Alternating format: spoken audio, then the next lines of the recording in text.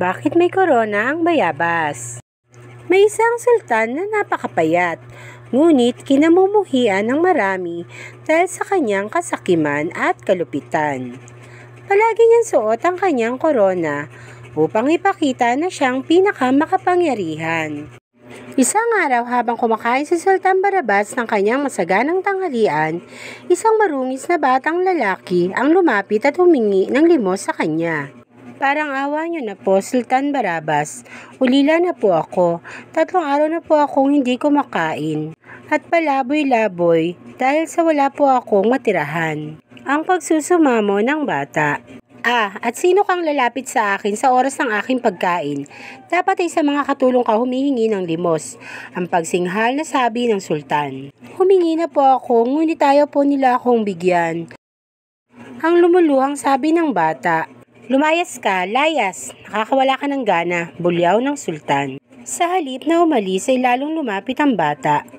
Nagalit ang sultan kaya bigla niyang binato ang bata ng tasa ng mainit na sabaw ng manok.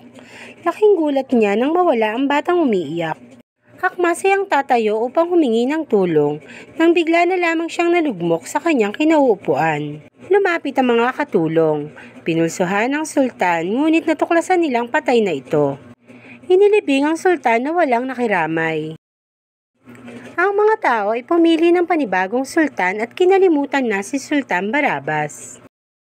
Isang araw, ang katulong ng bagong sultan ay humahangos at ipinalitang may isang punong kahoy na tumubo sa kinalilibingan ni Sultan Barabas. Hitik na hitik sa bunga ang nasabing puno. Napakaraming bunga ng punong ito at bawat isa ay may maliliit na korona, ang wika ng bagong sultan. Pumita sila ng bunga at binuksan iyon.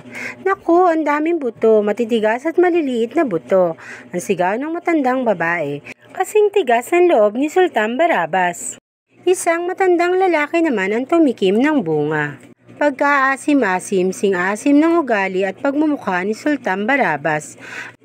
Ang pangiwi niyang sinabi. Nagdaan ang maraming araw, walang pumapansin sa bunga ng puno. Hanggang sa ang mga ito ay mahinog. Nakatuwa ang kainin ng mga bata ang bunga. Tumamis at sumarap ang lasa ng bunga. Bukod pa rito ay nagbibigay pa ito ng bitamina sa katawan ng tao.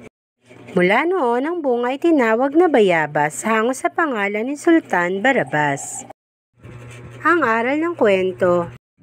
Ang pagiging mapagmataas ay sadyang napakasamang ugali talaga. Huwag nating gayahin si Haring Barabas. Bagkus ay lagi tayong maging mapagpakumbaba, matulungin, at mapagmahal sa ating kapwa, lalo na sa mga mas nakakababa.